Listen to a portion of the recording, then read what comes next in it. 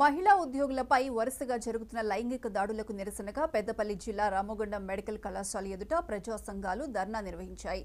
3 దశాబ్దాలుగా పోరాటం చేస్తున్న స్థానికులకు ఉద్యోగ అవకాశాలు కల్పించకుండా ఉద్యోగాలు అమ్ముకున్నారని నాయకులు ఆరోపించారు. సెక్యూరిటీ, పారిశుద్ధ్యం విభాగాల్లో పనిచేసే వారిని సూపర్వైజర్లు వేధింపులకు గురి చేస్తున్నా చర్యలు తీసుకోవడం లేదన్నారు. ఇక మెడికల్ కళాశాల ప్రిన్సిపల్ నిర్లక్ష్యంతోనే వరుస ఘటనలు జరుగుతున్నాయని, ఆమెను వెంటనే బదిలీ చేయాలంటూ సిపిఐ సహాయ కార్యదర్శి మద్దెల దినేష్, ఐక్య సంఘాల నాయకురాలు చంద్రకళ డిమాండ్ చేశారు.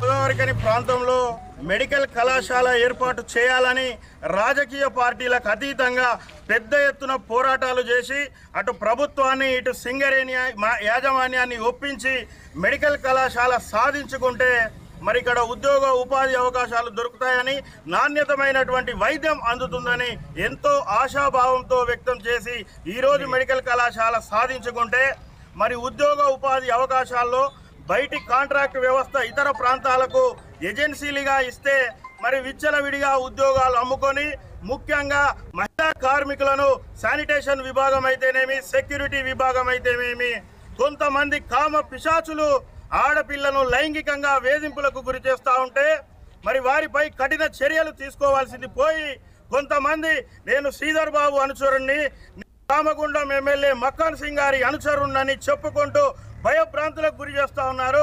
మీ ప్రజాప్రతినిధులు ఆడపిల్లలను వేధింపమని చెప్తా ఉన్నారా అని మేము ప్రశ్నిస్తూ ఉన్నాం.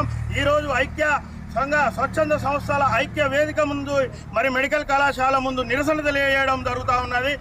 మనం ఎంతో కష్టపడి రామగుండం పారిశ్రామిక ప్రతి ఒక్కరు ప్రజలందరూ కూడా మెడికల్ కళాశాల కోసం మనం ఎంతో కష్టపడి తెచ్చుకుంటే ఇవాళ ఈ కాలేజీలో ఈ మహిళా కాంట్రాక్ట్ కార్మికులను ఇలా లైంగిక వేధించడం లేకపోతే వాళ్ళని ఇబ్బందులకు గురి చేయడం నిజంగా చాలా బాధాకరం. వెంటనే ప్రిన్సిపల్ గారి మీద అలాగే కాంట్రాక్టర్ మీద కూడా చర్యలు తీసుకోవాలి. రంగారెడ్డి జిల్లా రాజేంద్ర నగర్